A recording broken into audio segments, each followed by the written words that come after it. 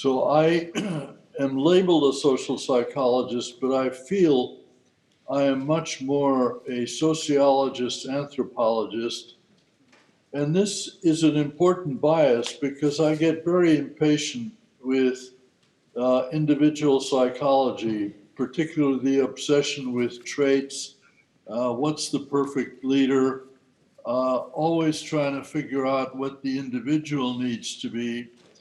When I discovered first in my PhD and then later when Dr. McGregor asked me to go to a T group program, which I knew very little about, but Kurt Lewin had created that program, and in the 50s, I attended my first 3-week workshop in 1958 and was blown away by the discovery of how much goes on between people in groups and in all sorts of relationships, and how much the context, the social context, really matters in trying to understand anything.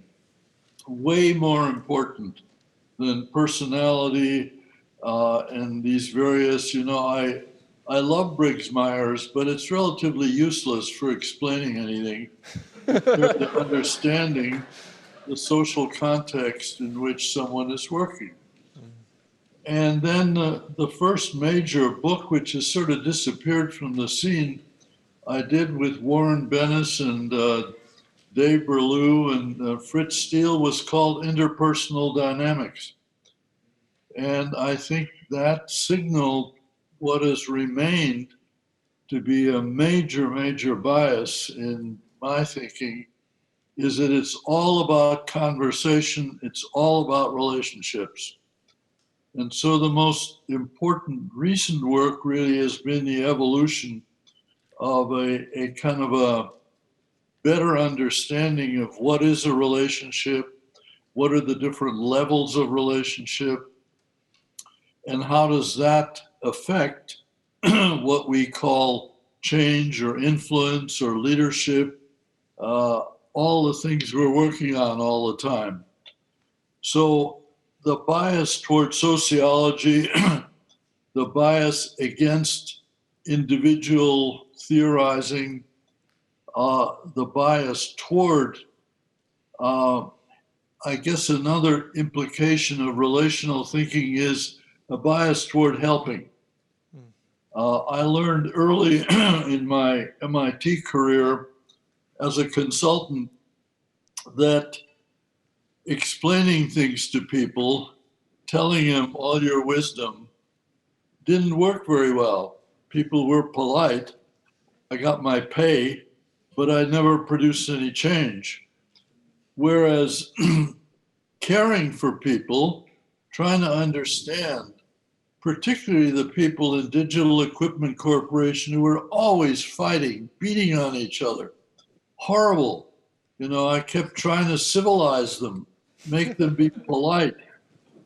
And not until I understood that a first generation technology being invented by a group of very dedicated, passionate engineers is going to lead to a lot of fighting because nobody knew the truth.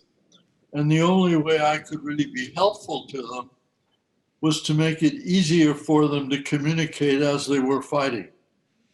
And that's really what process consultation is, to get into their process and help them do it, rather than impose my process or my theories or my way of thinking. We want to hear more about the humble consulting in a moment, but it seems obvious that you're promoting humble consulting in a period of time in history that many would not regard as the most humble. That if you look at politics or media or social media, it sways more to the arrogant side than the humble side.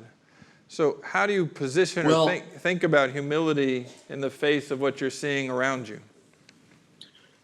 I think the humility that we're now really talking about needs to be defined more precisely as here and now humility. It's not a personality trait It's not an attitude toward life. I don't go around feeling humble. I go around trying to understand what's going on. And every so often I encounter a situation that doesn't explain itself. It's ambiguous. I don't know what's going on. At that moment, I have to be able to access what we're calling humble, here and now humility. It's a learned skill, if you will.